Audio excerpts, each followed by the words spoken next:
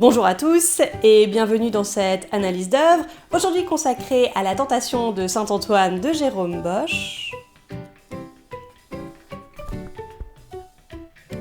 Consacrée à la Tentation de Saint-Antoine de Jérôme Bosch par Antoine Rogier.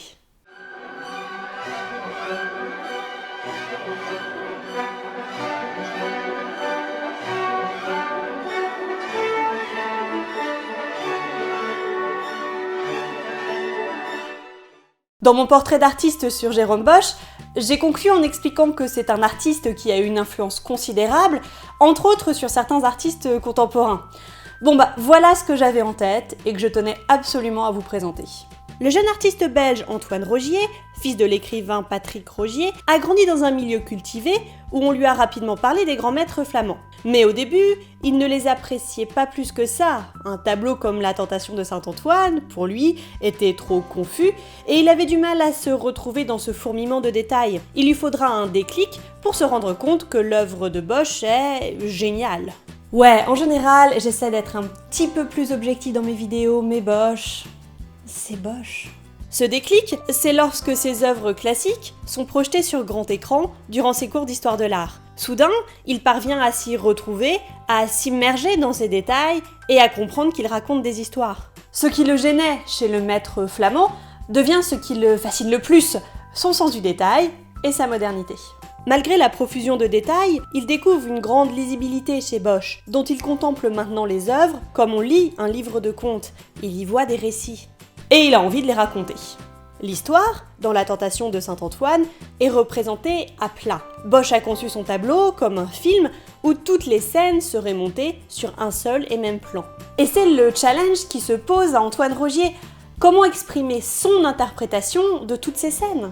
Car Rogier, tout comme Bosch, c'est un peintre. S'il reprenait ce médium, il ne pourrait pas dépasser les limitations du plat. Et en même temps, son but n'est pas de déformer l'œuvre, dont il souhaite respecter le sens et l'esprit. Fort de son expérience dans l'animation, il avait déjà réalisé des petits films avant, il choisit ce médium qu'il trouve complémentaire avec la peinture. Seul souci, il n'a jamais réalisé d'œuvre animée d'après une toile de grand maître et il est autodidacte avec les outils numériques. Donc l'ampleur de la tâche est évidente. Au début, il crayonnait image par image, suivant la technique du dessin animé. Chaque personnage était redessiné, puis colorié à la palette graphique. Mais il s'est rendu compte qu'en procédant ainsi, il perdait le caractère de l'œuvre, ainsi que sa poésie.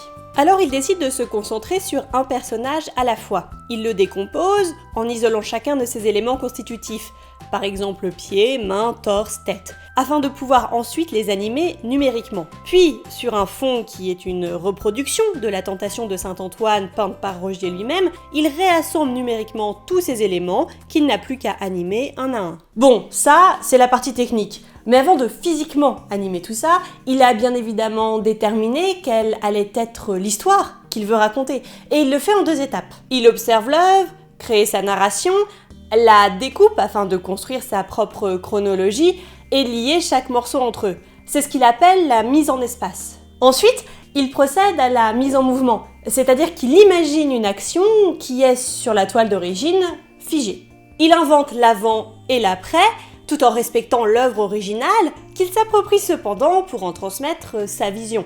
Il conserve et renouvelle le format de l'œuvre d'origine, qui est un triptyque, en divisant sa vidéo en 3 ou plus séquences distinctes qu'il projette en même temps. Cela recrée la sensation de narration désordonnée de La Tentation de Saint-Antoine, tout en conservant les instants de linéarité de l'histoire racontée par Antoine Rogier. Du coup, on est dans le monde de Bosch et dans le monde de Rogier en même temps, dans un dialogue entre les deux qui n'est pas sans rappeler le dialogue entre le spectateur et l'œuvre. Puisque la manière qu'a Rogier d'interpréter le tableau n'est pas si éloignée de la façon dont un spectateur peut, en voyant La Tentation de Saint-Antoine, identifier des histoires et des sens qui lui sont propres. Plus qu'un dialogue entre Rogier et Bosch, entre le spectateur et l'œuvre, cette vidéo, c'est aussi un pont entre modernité et classique, puisque la volonté de Rogier, c'est de s'approprier le classique pour arriver à quelque chose de plus contemporain.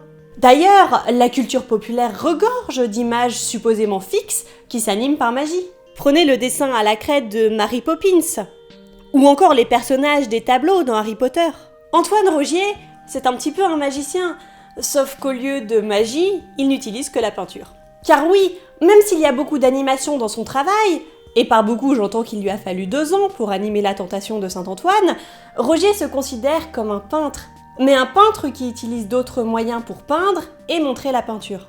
La Tentation de Saint-Antoine par Rogier, c'est la preuve qu'on peut innover en art tout en restant proche des œuvres classiques, qu'on peut faire appel aux nouveaux médias tout en respectant la tradition picturale. Et aussi un peu la consécration de cette phrase de René Magritte. Il faut que la peinture serve à autre chose qu'à la peinture. Voilà qui conclut cette analyse, j'espère qu'elle vous a plu. Par ailleurs, n'hésitez pas à aller jeter un œil au portrait d'artiste sur Jérôme Bosch si la Tentation de Saint-Antoine vous intrigue. Quant à moi, il ne me reste plus qu'à vous souhaiter une bonne journée et à vous dire à bientôt pour encore plus d'art.